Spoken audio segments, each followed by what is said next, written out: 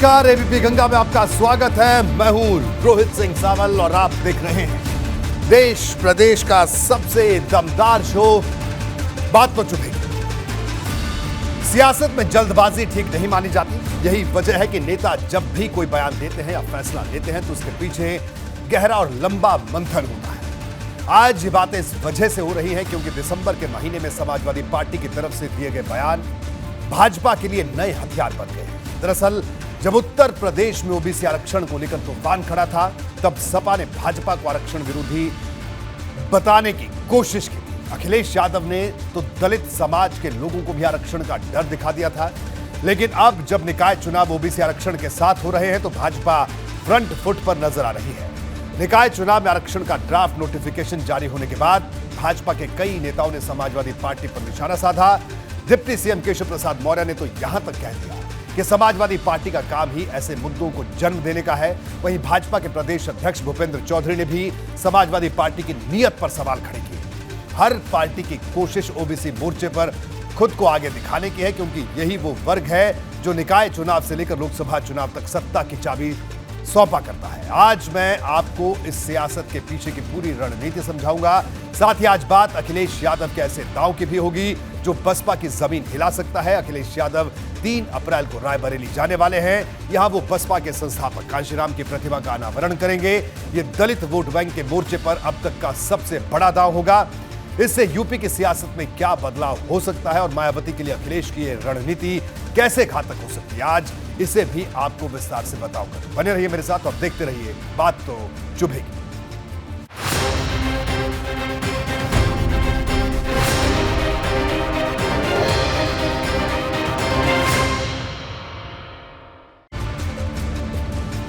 दिसंबर में जब high court ने बिना आरक्षण के ही निकाय चुनाव कराने के निर्देश दिए थे तो उत्तर प्रदेश की राजनीति में बवंडर पैदा हो गया था। समाजवादी पार्टी के बड़े बड़े नेता मोर्चा खोलकर भाजपा के आगे खड़े हो गए थे। दावा यहां तक कर दिया गया कि भाजपा आरक्षण विरोधी है, लेकिन तब रणनीति के तहत शांति से कदम उठाने वाली भाजपा अब समाजवादी पार्टी के सामने चुभते हुए सवालों के साथ खड़ी हो गई है। भाजपा के नेता न सिर्फ समाजवादी पार्टी को गुमराह करने वाली पार्टी बता रहे हैं, बल्कि निकाय चुनाव में सपा के सुपड़ा साफ होने का भी दावा कर रहे हैं।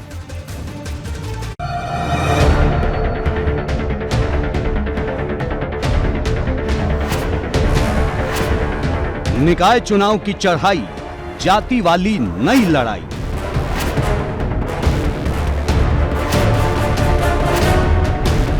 खत्म हुई आरक्षण वाली रार, पुराने बयानों पर नई तकरार। समाजवादी पार्टी के मुंह पर एक तरह से ये तमाचा है क्योंकि यह साजिश नाकाम हो गई और 27% आरक्षण के साथ नगरीय निकाय चुनाव की प्रक्रिया सरकार की ओर से प्रारंभ कर दी गई है। कौन है ओबीसी का वफादार? नए चुनाव पर नया प्रहार। आरोप लगाने वाले ही विरोधी हैं और उन्होंने पिछड़ों के आरक्षण को हड़पने का काम किया। समाजवादी पार्टी हमेशा पिछड़ों के अधिकारों को केवल परिवार तक सीमित कर रही है। समाजवादी पार्टी ही ज़्यादा से ज़्यादा निकाय चुनाव में जीतेगी और बीजेपी का यहाँ से डाउनफॉल शुरू होगा। भाजपा का नया आरोप, सपा ने लेट कराया चुनाव। हम लोग, हमारी पार्टी, हमारा नेतृत्व, हम लोग संविधान को मानने वाले लोग हैं। संविधान में जो प्रदत्त आरक्षण की व्यवस्था है उस संकल्प के साथ हम लोग आगे बढ़ रहे हैं। समाजवादी पार्टी के लोगों के कारण ही चुनाव में आगे बढ़ना, चुनाव टलने का कारण बना। समाजवादी पार्टी चुनाव नहीं चाहती थी। अखिलेश के पिछड़े प्रेम पर भाजपा का चुभने वाला वार। सारस को प्रेम कर सकते हैं लेकिन पिछड़े उमेश पाल और संदीप निषाद के यहाँ नहीं जा सकते हैं। इसी से उनका पिछड़ा प्रेम समझ में आता है। इस बार उत्तर प्रदेश की जनता ने मन बना लिया है, बीजेपी को सबक सिखाना है और निश्चित रूप से समाजवादी पार्टी के निकाय चुनाव के अंदर, चाहे नगर पालिकाएं हों, चाहे नगर पंचायतें हों, चाहे नगर निगम हो, भारी बहुमत के साथ समाजवादी पार्टी चुनाव जीतेगी। अखिलेश के खिलाफ भाजपा का ओबीसी प्लान। उनको बताना चाहिए सुप्रीम कोर्ट आप तो गए नहीं, सुप्रीम कोर्ट तो हम लोग गए। आप कहते थे महिला विरोध दिए, महिलाओं को ज़्यादा मेयर की सीट आ गई है, तो आपका कहीं से भी तो आपका सिद्ध नहीं हो पा रहा है। हमारे जो एक्शंस हैं, हमारे जो काम हैं, वो स्वयं बताते हैं। आरक्षण पर क्रेडिट पॉलिटिक्स,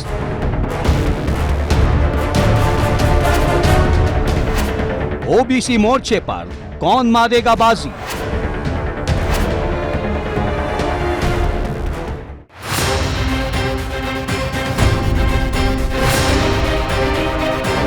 बात तो चुभेगी।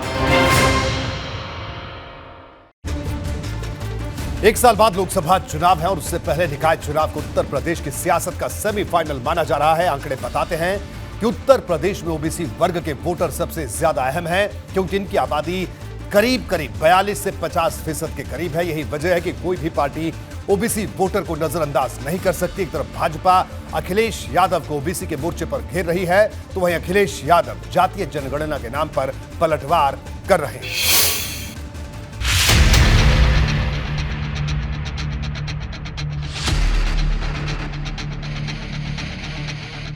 निकाय चुनाव से ओबीसी आरक्षण वाला ग्रहण हटा तो सियासत ने नया रूप ले लिया। भाजपा नेताओं ने इस बात को मुद्दा बनाना शुरू कर दिया है कि समाजवादी पार्टी मुद्दों से भटकाने की कोशिश करती है। डिप्टी सीएम केशव प्रसाद मौर्य ने अखिलेश पर चुभने वाला वार किया।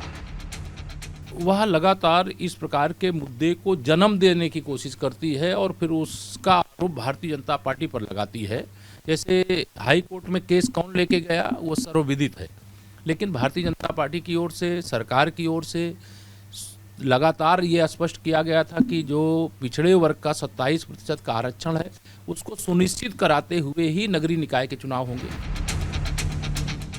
दरअसल जब ओबीसी आरक्षण वाला पेच फंसा था तो अखिलेश समेत पूरी समाजवादी पार्टी ने भाजपा को आरक्षण विरोधी साबित करने का अभियान शुरू कर दिया था। तमाम मंचों और मचानों से भाजपा पर चुभने वाले वार होते थे, लेकिन अब जब भाजपा सरकार सुप्रीम कोर्ट से आरक्षण वाली मंजूरी ले आई है तो सपा पर पलटवार तेज हो गया है।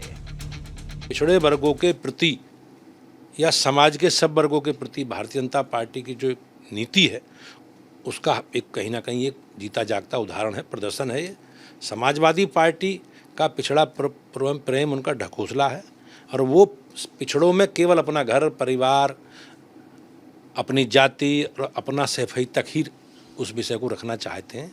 लेकिन प्रदेश की, देश की महान जनता सब जानती है नहीं, हम लोकतंत्र में हैं और लोकतंत्र में सभी राजनीतिक दलों के लिए बेहतर करना एक चुनौती है और सारे लोग लगातार अपने कार्यक्रमों के, अपने अभियानों के, हमारी सरकार के विषयों को लेकर लगातार जनता के बीच में है। एक साल बाद लोकसभा का चुनाव है और सबके एजेंडे में ओबीसी वोटर सबसे ऊपर हैं, क्योंकि यही वोटर सत्ता की चाबी माने जाते हैं। अब जब निकाय चुनाव होंगे तो इसी वर्ग के मतदाताओं को साधने की सबसे बड़ी कोशिश होगी। भाजपा ने दावा ठोका है कि निकाय चुनाव में फिर से सपा को धूल चटाई जाएगी। निकाय चुनाव भारतीय जनता पार्टी सदैव जीतती रही है। पिछली बार भी 16 नगर निगमों में से 14 नगर निगम भारतीय जनता पार्टी के पास थी। 200 नगर पालिकाओं में से 160 नगर पालिकाएँ भारतीय जनता पार्टी के पास थी। इसी तरह से नीचे नगर पंचायतों में भी भारतीय जनता पार्टी सर्वाधिक सीटें जीती। इस बार 17 नगर निगम है और 17 के 17 भारतीय जनता पार्टी जीतेगी। देखिए, भारतीय जनता पार्टी और विशेष रूप से कहूँ जब से अमित शाह जी राष्ट्रीय अध्यक्ष बने थे, उन्होंने एक इलेक्शन फाइटिंग मशीनरी बना दी भाजपा को और इसलिए हम लोग 24/7 कार्य करते रहते हैं संगठन को मजबूत करने का। और संगठन आधारित पार्टी होने के नाते जब संगठन मजबूत है तो हम लोग जीतने के जितनी भी जीतें संभव हो रही हैं और उसके साथ साथ हमारी लीडरशिप बहुत स्ट्रांग है।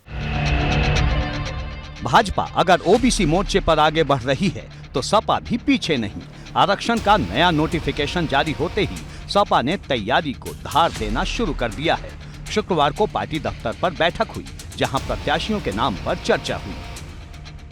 समाजवादी पार्टी की अगर बात करें तो पार्टी कार्यालय पर खुद पार्टी के राष्ट्रीय अध्यक्ष अखिलेश यादव मौजूद हैं। तमाम सारे जो कार्यकर्ता हैं अलग अलग ज़िलों से वो यहाँ पर पहुँचे हैं और ज़्यादातर लोग वही हैं, कोई टिकट का आवेदन कर रहा है, कोई नगर पालिका, कोई नगर पंचायत, कोई मेयर के लिए, तमाम सारे लोग। देखिए इन चुनाव को लेकर अब किस तरीके से कार्यकर्ता, पार्टी के नेता उत्साहित हैं।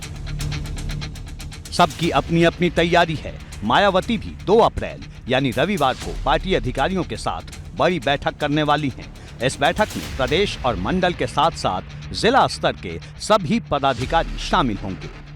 प्रदेश अध्यक्ष, मंडल कोऑर्डिनेटर और जिला अध्यक्ष को बुलाया गया है। निकाय चुनाव और आगामी लोकसभा चुनाव की रणनीति पर मंथन होगा। बैठक में गांव-गांव चल रहे अभियान की समीक्षा भी होगी। माना जा रहा है कि बैठक का मुख्य फोकस निकाय चुनाव की तैयारी पर होगा। मायावती जब पार्टी पदाधिकारियों के साथ बैठक करेंगी तो सपा और भाजपा के खिलाफ नई रणनीति पर भी चर्चा होगी, क्योंकि जिस तरह से बसपा का वोट बैंक गिरता जा रहा है, उसे अगर निकाय चुनाव से पहले दुरुस्त नहीं किया गया तो लोकसभा चुनाव में बड़ा झटका लग सकता है। एबीपी गंगा के लिए लखनऊ से अनुभव शुक्ला की रिपोर्ट। बात करते हैं निकाय चुनाव में भाजपा के नए प्रयोग की। कुछ दिनों के भीतर भाजपा अपने प्रत्याशी घोषित करने शुरू कर देगी और सबको इस बात का इंतजार है कि भाजपा की लिस्ट में कितने मुस्लिम प्रत्याशी होंगे, क्योंकि पार्टी के प्रदेश अध्यक्ष खुद कह रहे हैं कि इस बार पसमानदा समाज के नेताओं को भी टिकट दिया जाएगा। यानी लोकसभा चुनाव से पहले भाजपा ऐसा प्लान बना रही है जो अगर सफल हो गया तो सपा के लिए चुभने वाले नतीजे आ सकते हैं।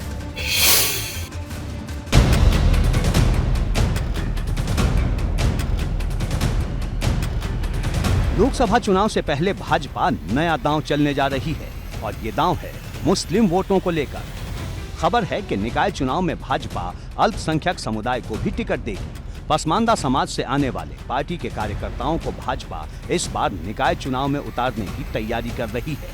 हालांकि इनकी संख्या कितनी होगी ये अभी साफ नहीं।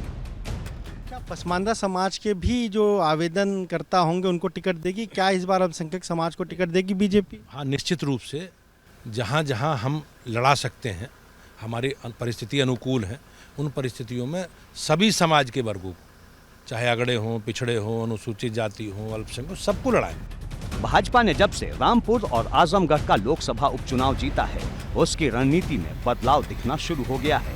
अब उन सीटों को चिन्हित किया जा रहा है जहां मुस्लिम वोटर की आबादी ज्यादा है। मुस्लिम वोटर तक संदेश पहुंचाने के लिए भाजपा लगातार कार्यक्रम भी चला रही है। पीएम के मन की बात कार्यक्रम की 1 लाख किताब उर्दू में छपवाई गई थी। अलग अलग कार्यक्रमों के जरिए मुस्लिम वर्ग के लोगों के साथ संवाद किया जा रहा है। मोदी मित्र अभियान के तहत मुस्लिमों के बीच जाने की तैयारी है। पसमानदा सम्मेलन के जरिए भी ऐसी कोशिश हो चुकी है। सूफी संवाद के जरिए भी प्रचार प्रसार किया जा रहा है। हमारा जो हमने काम किए हैं समाज के सब वर्गों के लिए, चाहे दलितों के लिए भी गरीबों कल्याण की बहुत योजनाएं हैं, और हमने पूरी पारदर्शी व्यवस्था के साथ, ईमानदारी के साथ उन लोगों को लाभ पहुंचाने को, जीवन के अंतिम छोर पर बैठे व्यक्ति को के विकास के लिए सरकारों ने काम किया मोदी जी के नेतृत्व में। और हम अपने कार्यकर्ताओं की सक्रियता, मेहनत और उन जनता से उनका लगातार उनके बीच में हमारी उपस्थिति है, और हमें विश्वास है कि नगर निकाय चुनाव में जनता, उत्तर प्रदेश की महान जनता बीजेपी को आशीर्वाद देगी। एक तरफ भाजपा की तरफ से पसमानदा मुस्लिमों को निकाय चुनाव में टिकट देने की खबर है, तो दूसरी तरफ सियासत भी तेज है। वहीं सूफी इस्लामी वोट की तरफ से भाजपा को कुछ सुझाव दिए गए हैं। वैसे तो इस पार्टी का नारा है सबका साथ सबका विकास। अब इस पे राजनीति भी होगी, अपना खेल खेलेंगे लोग। जिन्हें अपना वोट बैंक सरकता हुआ दिखेगा वो भी कुछ बोलेंगे। लेकिन मैं एक बात ये पूछना चाहता हूँ कि आखिर बीजेपी किन मुसलमानों को टिकट देगी? उन्हीं मुसलमानों को टिकट देगी जिन्हें और पार्टियां टिकट देती चली आई है। उत्तर प्रदेश में मुस्लिमों की आबादी 18% के करीब मानी जाती है। भाजपा की तरफ से मुस्लिमों को प्रत्याशी बनाए जाने की चर्चा इस वजह से सुर्खियों में है क्योंकि विधानसभा चुनाव में भाजपा ने एक भी मुस्लिम प्रत्याशी नहीं उतारा था। यही नहीं, जब रामपुर की स्वार सीट पर मुस्लिम प्रत्याशी उतारने की बात आई तो भाजपा ने ये सीट अपना दल एस को दे दी। अब सबकी नजर इस बात पर है कि निकाय चुनाव में भाजपा मुस्लिम मोर्चे पर कैसे आगे बढ़ती है। एबीपी गंगा के लिए ब्यूरो रिपोर्ट। तो लोकसभा चुनाव से पहले निकाय चुनाव अहम पड़ाव है, क्योंकि जब तक निकाय चुनाव के नतीजे आएंगे लोकसभा चुनाव का माहौल और गर्म हो जाएगा। ऐसे में भाजपा इस निकाय चुनाव में जो नया प्रयोग कर रही है उसके मायने क्या है, मैं आपको जल्दी से वो समझा देता हूं। निकाय चुनाव में क्या है ये नया प्रयोग? पसमानदा समाज के लोगों को टिकट देने की तैयारी में भारतीय जनता पार्टी है। सबका साथ, सबका विकास और सबका विश्वास का दावा किया जा रहा है। कमजोर बूथों पर खासतौर पर अभियान चलाया जा रहा है। लोकसभा चुनाव से पहले मुस्लिम मोर्चे पर लिटमस टेस्ट होगा। निकाय चुनाव के सहारे लोकसभा सीटों को मजबूत किया जाएगा। करीब 70,000 बूथ ऐसे हैं जो भाजपा के लिए कमजोर थे। कमजोर बूथों में अधिकतर मुस्लिम बाहुल्य बूथ हैं। पश्चिमी यूपी में विशेष ध्यान दिया जाएगा। यह है भारतीय जनता पार्टी की योजना, यह है बीजेपी का नया प्रयोग। एक तरफ भाजपा की तैयारी है तो दूसरी तरफ अखिलेश यादव भी पीछे नहीं है। कल ही आरक्षण पर नोटिफिकेशन जारी हुआ और 24 घंटे के भीतर समाजवादी पार्टी के दफ्तर पर प्रत्याशियों के चयन को लेकर चर्चा होने लगी। अखिलेश यादव खुद इस मीटिंग में मौजूद थे। अखिलेश की रणनीति भी आपको जल्दी से बता देता हूं। निकाय विजय का लाल फार्मूला क्या है? यादव और मुस्लिम समीकरण को बनाए रखने की कोशिश। दलित मोर्चे पर विशेष ध्यान दे रहे हैं अखिलेश यादव। कुछ दिन पहले बाबा साहब वाहिनी का गठन किया। बसपा के कई पुराने नेताओं को पार्टी के साथ जोड़ा।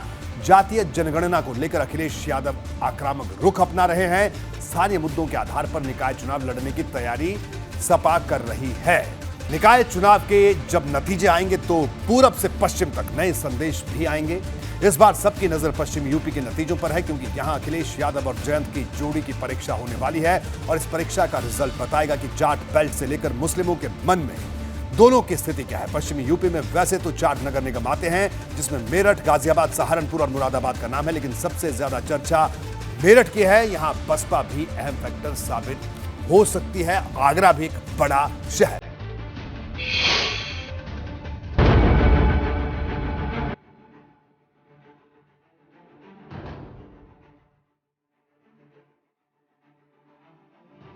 लोकसभा चुनाव में पश्चिमी यूपी की जनता का मूड क्या होगा, इसका एक बड़ा इशारा निकाय चुनाव में मिलने वाला है।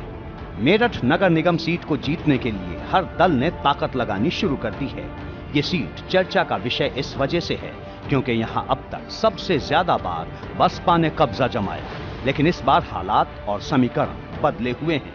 भाजपा से लेकर कांग्रेस तक ने अपनी पूरी ताकत लगा रखी है। अभी ये साफ नहीं हुआ है कि सपा रालोद गठबंधन में ये सीट किसके खाते में जाएगी।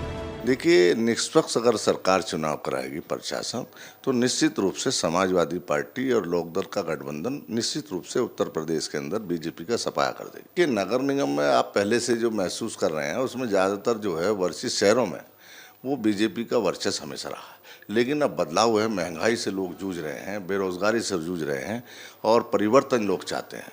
तो निश्चित रूप से समाजवादी पार्टी और लोकदल का गठबंधन जो है पूरी मजबूती से, ताकत से चुनाव लड़ेगा और निश्चित रूप से सफलता मिलेगी उसको। देखिए, चुनाव में पूरी रणनीति बना रहे हैं। कल भी हमारी बैठक हुई थी और तमाम हमारे पार्टी के सीनियर नेता सब, हम जो माइनॉरिटी के हमारे पूर्व राष्ट्रीय अध्यक्ष हैं मुकेश जैन जी, उनके उस पर ऑफिस में बैठ के चर्चा हमने नगर निगम कर, उसको लेकर हम गंभीर हैं। हमारी पार्टी और गठबंधन में चुनाव होगा, राष्ट्रीय लोकदल, समाजवादी पार्टी, दोनों दल मिलके इस चुनाव को लड़ेंगे पूरे प्रदेश में जो निकाय चुनाव हो रहा है।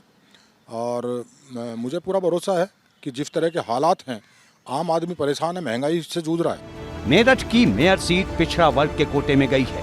ऐसे में पिछड़ा वर्ग से मजबूत दावेदारों की लिस्ट तैयार की जा रही है। पुराने नतीजों की बात करें तो 1995 में मेरठ नगर निगम सीट सामान्य हुई तो बसपा से अयूब अंसारी मेयर बने। साल 2000 में सीट सामान्य रही और बसपा के शाहिद अखलाक मेयर बने। 2006 में आरक्षण के बाद ये सीट ओबीसी महिला के लिए रिजर्व हुआ तो बाजी पलट गई और भाजपा की मधु गुर्जर मेयर बन गई। 2012 में ये ओबीसी सीट हुई तो भाजपा के हरिकांत अहलूवालिया ने जीत दर्ज की। साल 2017 में ये सीट अनुसूचित महिला के लिए रिजर्व हुई तो बसपा की सुनीता वर्मा मेयर बनी। अब बसपा पिछली बार की तरह फिर एक बार मेयर सीट पर कब्जा जमाने की तैयारी कर रही है। 2 अप्रैल को लखनऊ में जब बैठक होगी तो प्रत्याशी की तस्वीर साफ होने की उम्मीद की जा रही है। हम इस बार मजबूती से चुनाव लड़ेंगे, पिछली बार भी मजबूती से चुनाव लड़ेंगे। इस बार भी हम अपना मेयर बहुजन समाज पार्टी का मेयर भी बनाएंगे इस बार हम अपना। अच्छा, दावेदारों की तो बहुत लंबी फेरिस्त, दावेदारों की संख्या काफ़ी लंबी लाइन है और माननीय बहन जी ने 2 तारीख को लखनऊ में मीटिंग बुलाई है। उसके बाद जो माननीय बहन जी का आदेश होगा उसके अनुसार ही आगे की कार्य योजना तैयार की जाएगी। कोई कुछ भी तैयारी करे, लेकिन भाजपा का जोश 7वें आसमान पर है। भाजपा नेताओं का दावा है कि जो कसर पिछले निकाय चुनाव में बाकी रह गई थी वो इस बार पूरी होगी। ये पूर्ण विश्वास है आगामी चुनाव, निकाय चुनाव में भी हमारे यहाँ 58 नगर पालिका और 88 नगर पंचायत हैं, 4 नगर निगम हैं। मैं आपको बताना चाहता हूँ इन कार्यकर्ताओं के आत्मविश्वास के आधार पर हम सभी नगर पालिकाओं में, नगर निगमों में अच्छे से चुनाव लड़ेंगे और अधिकतर हमारे लोग। भाजपा का जोश योगी और मोदी के नाम पर हाई है, तो सपा रालोद गठबंधन का हौसला खतौली उपचुनाव के नतीजे बढ़ाते हैं। उधर कांग्रेस भी लोकसभा चुनाव से पहले नया असर पैदा करने की कोशिश कर रही है। लेकिन निकाय चुनाव में कांग्रेस तैयारी कर रही है और सभी जनपदों में हम चुनाव लड़ेंगे, पूरी जोर शोर से चुनाव लड़ा जाएगा, कांग्रेस पार्टी लड़ेगी। हमारे जिला अध्यक्ष हैं, शहर अध्यक्ष बैठे हुए हैं। ये इसमें ये तो डेट एक्सटेंड हो गई थी, उससे पहले से इन्होंने काम करना शुरू कर दिया था। वार्डों से लोगों की एप्लीकेशन लेनी शुरू कर दी थी, उसके ऊपर ऑब्जर्वर बना दिए थे 8-10 वार्ड्स के ऊपर। तो पूरी सक्रियता से हमारे जिला अध्यक्ष, शहर अध्यक्ष पूरे लगे हुए हैं। पश्चिम में सियासी हवा किसके पक्ष में चल रही है ये तो मतदाता तय करेंगे और कुछ ही दिनों में होने वाला निकाय चुनाव लोकसभा चुनाव से पहले बड़ा संदेश लेकर आएगा। मेरठ नगर निगम सीट पर भले ही सभी राजनीतिक दल अपनी अपनी जीत का दावा कर रहे हों, लेकिन मेरठ सीट पर बीजेपी या बीएसपी का ही अब तक कब्जा होता आ रहा है। लेकिन क्या इस बार ये सियासी गणित बदलेगा या फिर बीजेपी या बीएसपी में से ही कोई बाजी मार कर ले जाएगा? लेकिन इतना जरूर है कि पश्चिमी उत्तर प्रदेश की इस महत्वपूर्ण मेरठ नगर निगम सीट पर सियासी घमासान बेहद दिलचस्प होने जा रहा है। वीडियो जर्नलिस्ट सत्येंद्र सिंह के साथ सनुज शर्मा, एबीपी गंगा, मेरठ। आजम परिवार की जो एक संदिग्ध पोटली की वजह से इस बार चर्चा में है। दरअसल कल आजम खान के घर के किसी शख्स ने काले रंग की पोटली फेंकी थी जिसमें लाल चुनरी थी। चर्चा होने लगी कि आजम के घर किसी ने जादू टोना किया है या फिर तंत्र मंत्र करने की कोशिश की गई है। हालांकि इस मामले में पुलिस ने एक नया दावा किया। पुलिस के मुताबिक आजम के घर पोटली फेंकने वाला शख्स मानसिक रूप से असंतुलित है, जिसे जल्द मेंटल हॉस्पिटल भेजा जाएगा। वहीं सुरक्षा में लापरवाही बरतने पर 4 सिपाही सस्पेंड कर दिए गए हैं, क्योंकि आजम खान को वाई श्रेणी की सुरक्षा मिली है और जिस वक्त ये घटना हुई उस वक्त पुलिसकर्मी गायब थे।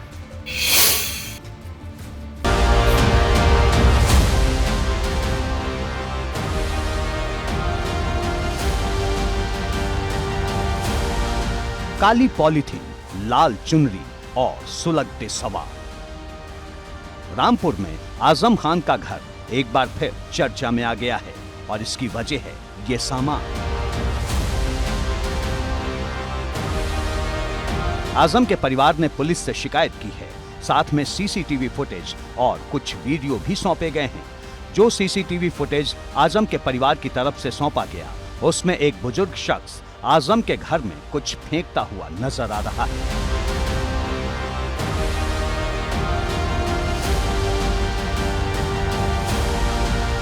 जो सामान आजम के घर के अंदर फेंका गया उसमें लाल चुनरी होने का दावा किया गया और ये वीडियो सामने आने के बाद सवाल खड़ा हुआ, क्या आजम पर अब जादू टोने वाला हमला हो रहा है? आजम की पत्नी और पूर्व राज्यसभा सांसद तजीन फातिमा ने रामपुर पुलिस को इस घटना की सूचना दी। सुबह जब मैं अपना गेट खोलने के लिए गई तो मैंने देखा गेट के अंदर, बाहर की मतलब गेट की दीवार के अंदर कुछ सामान पड़ा हुआ है। काफ़ी ढेर सारी एक पोटली में बंधा हुआ, जो कि बाहर से घर के अंदर फेंका गया है। जो काली थैली आजम के घर में फेंकी गई उसमें लाल चुनरी के अलावा कुछ और कपड़े भी मिले हैं। आजम खान की पत्नी ने रामपुर एसपी को एक चिट्ठी लिखकर घटना के बारे में शिकायत की है। आजम के परिवार की शिकायत पुलिस से भी है, क्योंकि उनके घर पर वाई श्रेणी की सुरक्षा लगी रहती है। लेकिन जब ये घटना हुई तो बाहर कोई पुलिस वाला मौजूद नहीं था। तजीन फातिमा ने भविष्य में परिवार की सुरक्षा की चिंता भी जताई है। हमें वायु श्रेणी की सुरक्षा मिली हुई है और गेट पर पुलिस तैनात है।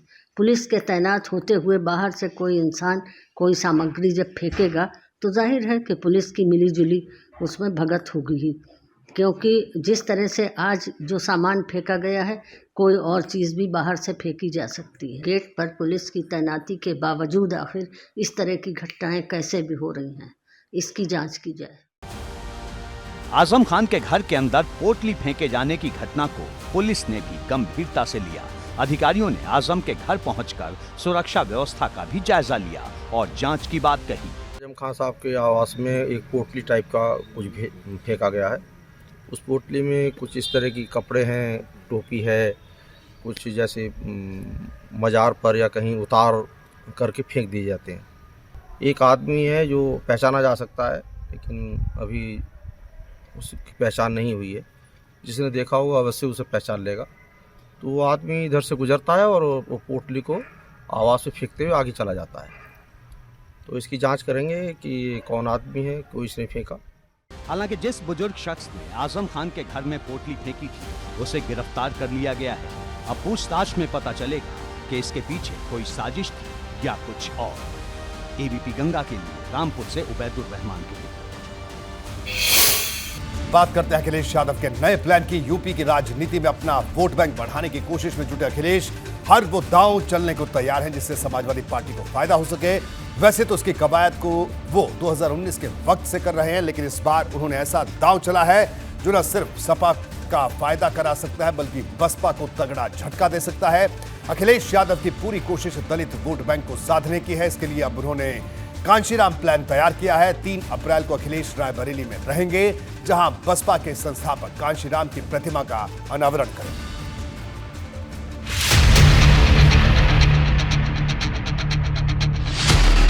अखिलेश यादव ने समाजवादी और अंबेडकरवादी मिश्रण का सियासी फॉर्मूला वैसे तो विधानसभा चुनाव के वक्त ही तैयार कर लिया था, लेकिन लोकसभा चुनाव से पहले उसे धारदार तरीके से जमीन पर उतारने की तैयारी तेज हो गई है।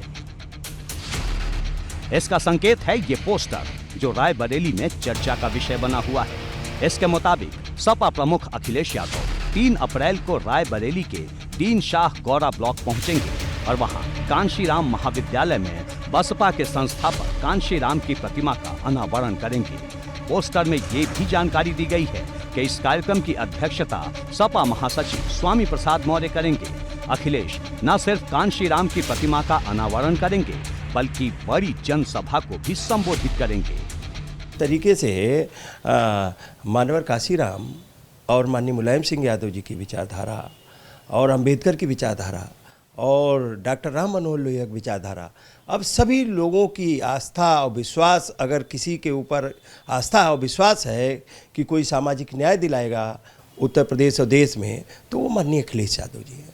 सभी विचारधारा के लोग माननीय अखिलेश यादव जी से भारी संख्या में लोग जुड़ रहे हैं। यानी उत्तर प्रदेश की राजनीति में सपा प्रमुख अखिलेश यादव इन दिनों नई राजनीतिक इबारत लिखने की कवायद में जुटे हैं। चर्चा शुरू हो गई है कि डॉक्टर लोहिया को अपना आदर्श मानने वाली समाजवादी पार्टी अंबेडकर के बाद अब बसपा संस्थापक कांशीराम में अपना सियासी भविष्य देखने लगी है। यानी मायावती को एक और झटका देने वाली तैयारी शुरू हो गई है। वैसे भी सपा लोकसभा चुनाव से पहले कई बार इस रणनीति का ट्रेलर दिखा चुकी है। अखिलेश की कोशिश यादव मुस्लिम समीकरण के साथ दलित वोटरों को जोड़ने की है। यही वजह है कि बीते 1 साल में कई पुराने बसपा नेताओं को जोड़ा गया है। अखिलेश हर कार्यक्रम से अंबेडकर का जिक्र करना भी नहीं भूलते। यानी मायावती की सियासत की सबसे बड़ी ताकत रहे कांशीराम के सहारे बड़ा दांव चला जा रहा है। तो उनकी मूर्ति लगाने से बहुजन समाज पार्टी नहीं उनके साथ चली जाएगी, ना बहुजन समाज पार्टी के लोग उनके साथ चले जाएंगे। जिस महापुरुष को सम्मान देने के लिए बहन जी ने जिले का नाम रखा, उस महापुरुष का नाम बदला और आज उनकी मूर्ति लगाने जा रहे हैं। छत्रपति साहू जी महाराज बैकवर्ड में जन्मे, पिछड़े समाज में जन्मे महापुरुष रहे। उनके नाम से बनाया था जिला मान्या बहन जी ने अमेठी जनपद में। उनका भी जिला का नाम बदल करके छत्रपति साहू जी महाराज का अपमान किया, उससे पूरे पिछड़ों का अपमान हुआ है। कांशीराम के बहाने अखिलेश की पूरी कोशिश दलित समाज का दिल जीतने की है। वो दलित समाज के साथ भावनात्मक रिश्ता जोड़ने की दिशा में कदम बढ़ा चुके हैं। क्योंकि सपा लगातार ये संदेश पहुंचा रही है कि वो कांशीराम का सम्मान भी करती है और उन्हें सियासी अहमियत भी देती है। ये बात साफ है कि मायावती की सियासत की मजबूती कांशीराम ही रहे हैं, जिन्होंने गांव-गांव और गली-गली घूमकर दलित राजनीति खड़ी की। लेकिन अखिलेश अब मायावती के वोटरों को अपने साथ जोड़कर 24 के चुनाव में भाजपा को झटका देने की तैयारी कर रहे हैं। जिस वर्ग से उनकी लड़ाई रही, बहन जी से लड़ाई रही, यानी तो इतिहास इसको बदल थोड़ी सकता है कि बहन जी को समाजवादी पार्टी के लोगों ने ही किस प्रकार का अपमान किया, जान से मारने तक की कोशिश भी, और भी लोग बातें कहते हैं उसके बारे में।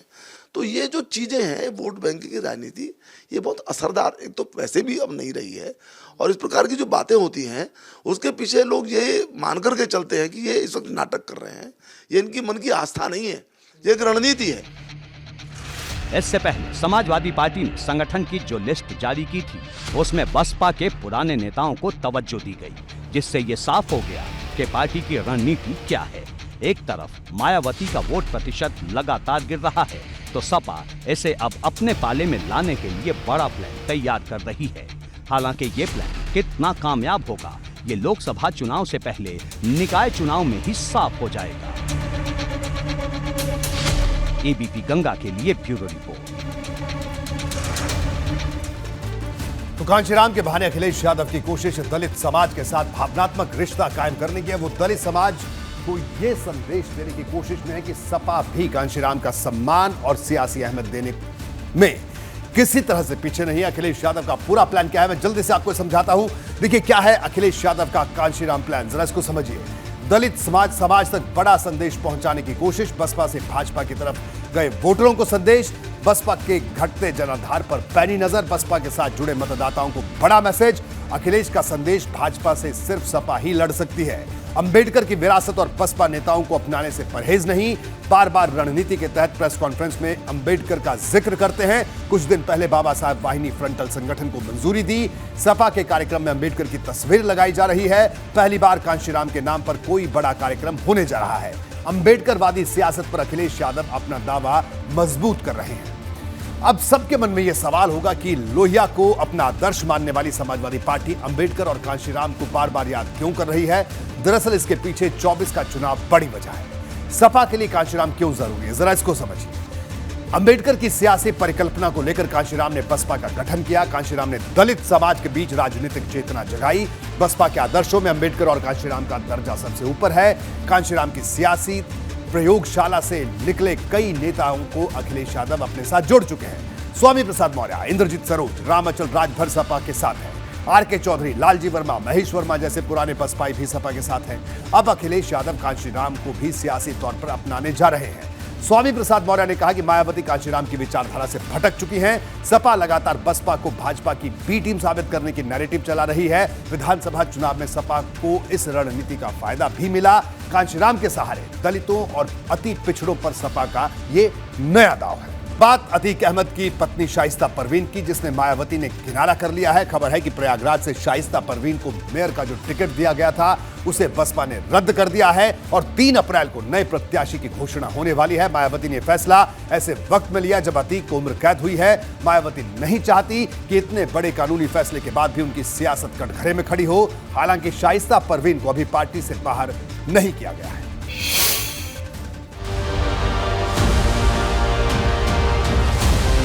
प्रयागराज शूटआउट की घटना के बाद अतीक अहमद को उम्र कैद हुई तो उसके परिवार को हर दूसरे दिन नए नए झटके लग रहे हैं।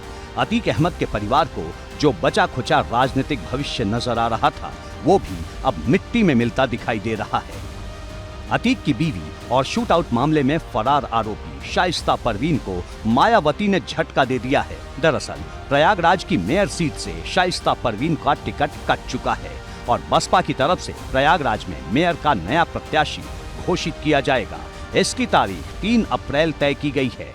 दरअसल 3 अप्रैल को प्रयागराज में पार्टी के बड़े पदाधिकारियों की एक बैठक रखी गई है। इस बैठक में ही बयान जारी कर ये साफ कर दिया जाएगा कि अतीक अहमद की पत्नी शाइस्ता परवीन की उम्मीदवारी खत्म की जा रही है। इसकी जगह किसी नए उम्मीदवार को चुनाव मैदान में उतारा जाएगा। हालांकि इस बारे में जो पार्टी के जिम्मेदार नेता हैं, बड़े पदाधिकारी हैं, उन्होंने पहले ही बैठक कर आपस में ये तय कर लिया है कि शाइस्ता परवीन को चुनाव नहीं लड़ाया जाएगा। दरअसल जो मौजूदा परिस्थितियां हैं, जो हालात हैं, उसके मद्देनज़र बीएसपी को ये फैसला लेना पड़ा है कि शाइस्ता परवीन को उम्मीदवार बनाए रखने से पार्टी को बड़ा नुकसान तो होगा ही होगा, साथ ही पूरे प्रदेश में जो दूसरे जगहों पर चुनाव होंगे उसमें एक गलत संदेश जाएगा। प्रयागराज में शूट आउट 24 फरवरी को हुआ था और 25 फरवरी को ही शाइस्ता परवीन के खिलाफ नामजद केस दर्ज हुआ। तमाम सवाल उठने के बाद मायावती को ट्वीट करके ये कहना पड़ा था कि अगर शाइस्ता परवीन दोषी साबित होती हैं तो उन्हें पार्टी से निकाल दिया जाएगा। लेकिन अतीक को उम्र कैद होने के बाद मायावती के सुर बदल गए हैं। 3 अप्रैल को प्रयागराज से बसपा अपना नया मेयर प्रत्याशी घोषित करेगी। नए नोटिफिकेशन के मुताबिक प्रयागराज अनारक्षित वर्ग में है। ऐसे में बसपा अब किसी दूसरे प्रत्याशी की तलाश में जुट गई है। माना जा रहा है कि अतीक को सजा होने के बाद बसपा कोई रिस्क लेने के मूड में नहीं है। शाइस्ता परवीन को पुलिस ने फरार घोषित किया है। अतीक के परिवार के अधिकतर लोग जेल में बंद हैं। ऐसे में बसपा के सामने ये सवाल भी है कि अगर शाइस्ता प्रत्याशी रही तो चुनाव कौन लड़वाएगा और अतीक को सजा होने के बाद प्रचार प्रसार कौन करेगा। जब 5 जनवरी को शाइस्ता परवीन को बसपा का टिकट मिला था तब उसने क्या कहा था, वो सुनिए। बहुजन समाज पार्टी बहुत कैडर और अनुशासन की पार्टी है, इसीलिए पार्टी अभी भी मजबूत है। मैं भी बहुत जल्द ही अनुशासन सीख जाऊंगी, इसलिए कि हमने कभी अनुशासन जाना ही नहीं। मेरे शौहर निर्दलीय विधायक होते थे, फिर उनकी स्वर्गीय मुलायम सिंह जी से दोस्ती हो गई, लिहाजा हम लोग अनुशासन सीख ही नहीं पाए। यानी वक्त और हालात पूरी तरह से बदल चुके हैं। माफिया अतीक अहमद और उसके परिवार की मुश्किलें कम होने का नाम नहीं ले रही हैं। नए उम्मीदवार का नाम तय करने के लिए मायावती ने 2 अप्रैल को लखनऊ में पार्टी के कुछ बड़े नेताओं की एक बैठक बुलाई है। खबर ये भी है कि शाइस्ता परवीन की मेयर उम्मीदवारी तो निरस्त की जाएगी, लेकिन फिलहाल मायावती की पार्टी में उनकी सदस्यता बरकरार रहेगी। एबीपी गंगा के लिए प्रयागराज से मोहम्मद मोइन की रिपोर्ट।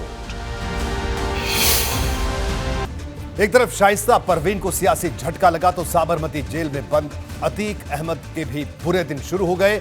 जो अतीक अहमद करोड़ों की संपत्ति का मालिक बना, अब वो 25 रुपए प्रतिदिन के हिसाब मजदूरी करने वाला है। साबरमती जेल प्रशासन ने अतीक अहमद का बैंक अकाउंट भी खुलवा दिया है, जिसमें उसकी मजदूरी के पैसे ट्रांसफर किए जाएंगे।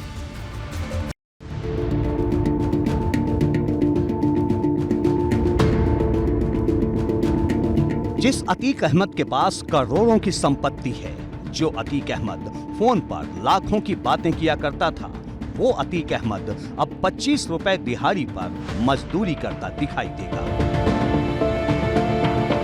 उम्र कैद के बाद अतीक की माफियागिरी पूरी तरह से मिट्टी में मिल गई है। अब साबरमती जेल में अतीक के बुरे दिनों की शुरुआत भी हो चुकी है। सजा के बाद अतीक को 17052 का बिल्ला नंबर अलॉट हुआ है। अब जेल में अतीक को नाम से नहीं बल्कि उसके बिल्ला नंबर से बुलाया जाएगा। माफिया अतीक को 2 जोड़ी वर्दी भी दी गई है। कभी संसद में बैठने वाले अतीक को 2 जोड़ी सफेद कुर्ता पाजामा मिला है। इसके अलावा जेल प्रशासन की तरफ से उसे टोपी और गमछा भी दिया गया है। यानी जेल में अब अतीक अपने मन के कपड़े भी नहीं पहन पाएगा। गुजरात की साबरमती जेल से निकलकर प्रयागराज आने और वापस लौटने के दौरान अतीक अहमद के चेहरे पर जबरदस्त डर और दहशत दिखाई दी थी। सजा याफ्ता होने के बाद अब अतीक अहमद गुजरात की साबरमती जेल में एक आम कैदियों की तरह जिंदगी बिता रहा है। कहा जा सकता है कि अतीक अहमद की माफियागिरी मिट्टी में मिलनी शुरू हो गई है, लेकिन अभी तो ये शुरुआत है। आगे अतीक अहमद को इससे भी बुरे दिन देखने पड़ सकते हैं। अतीक पर 100 से ज्यादा मुकदमे दर्ज हैं। भले ही अब तक वो जेल में अच्छे दिनों की जिंदगी जी रहा था, लेकिन उम्र कैद की सजा के बाद उसे जेल मैनुअल के मुताबिक जिंदगी बितानी पड़ेगी। यानी अब अतीक अहमद को जेल में काम भी करना पड़ेगा। अतीक को कुशल कारीगर की कैटेगरी में रखा गया है। अतीक को उसके काम के बदले रोजाना 25 रुपए मिलेंगे। जेल में अतीक अहमद का अकाउंट भी खोल दिया गया है। अतीक जो पैसे कमाएगा उसे इसी अकाउंट में डाला जाएगा। अतीक को किसानी, माली, बढ़ई, साफ सफाई या जानवर पालन समेत दूसरे कामों में से किसी एक को चुनना होगा। जो अतीक अहमद कभी अपने रसूख, अपनी सियासी ताकत के दम पर सिस्टम को नचाता था, सिस्टम से मनमाने तरीके से काम कराता था, उस अतीक अहमद को अब गुजरात की साबरमती जेल में एक मजदूर की तरह काम करना होगा।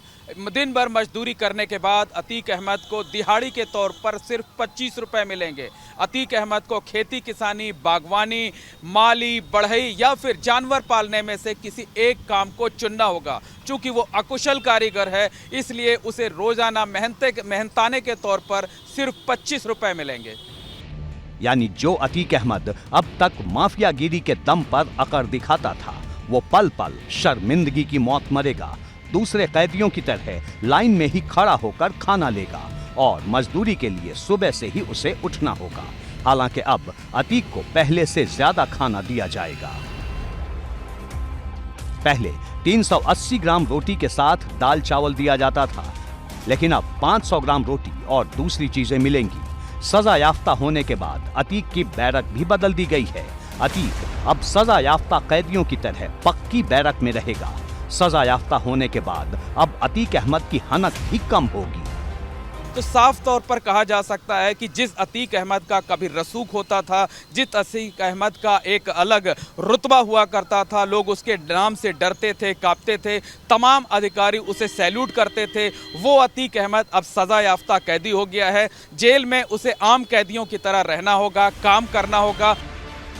पूर्वांचल में खौफ का दूसरा नाम बनने वाला अतीक गुजरात की जेल में तड़प रहा है, लेकिन अभी तो ये शुरुआत है, क्योंकि उसके बाकी गुनाहों का हिसाब अभी भी बाकी है।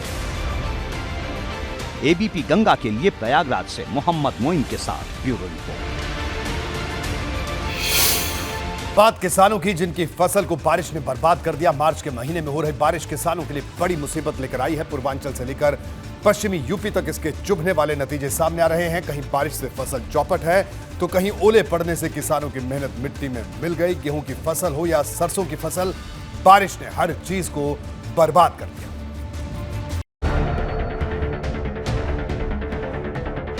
मार्च के आखिरी दिनों में आसमान से मुसीबत उतर आई है। शहरों में ये मौसम भले सुहाना बताया जा रहा हो, लेकिन किसानों के लिए किसी आफत से कम नहीं, क्योंकि कहीं बारिश तो कहीं ओलावृष्टि सैकड़ों बीघा गेहूं की फसल को नुकसान पहुंचा रही है।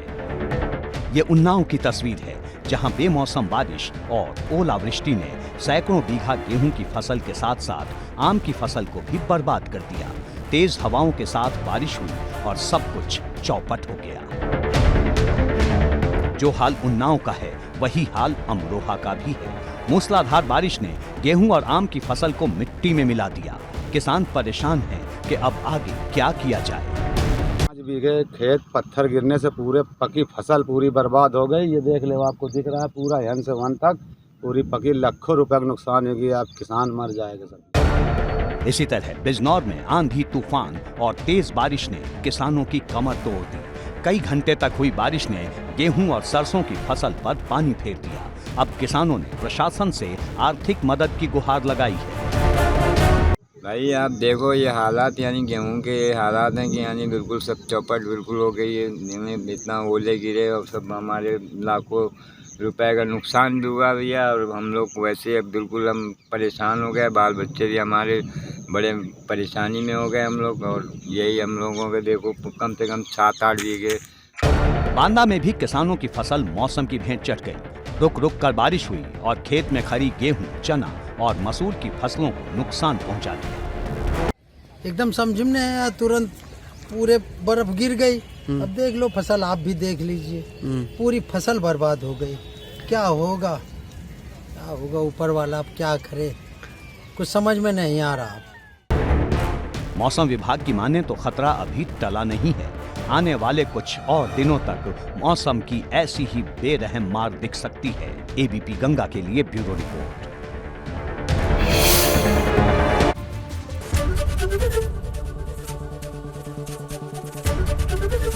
एबीपी गंगा, खबर आपकी, जुबान आपकी।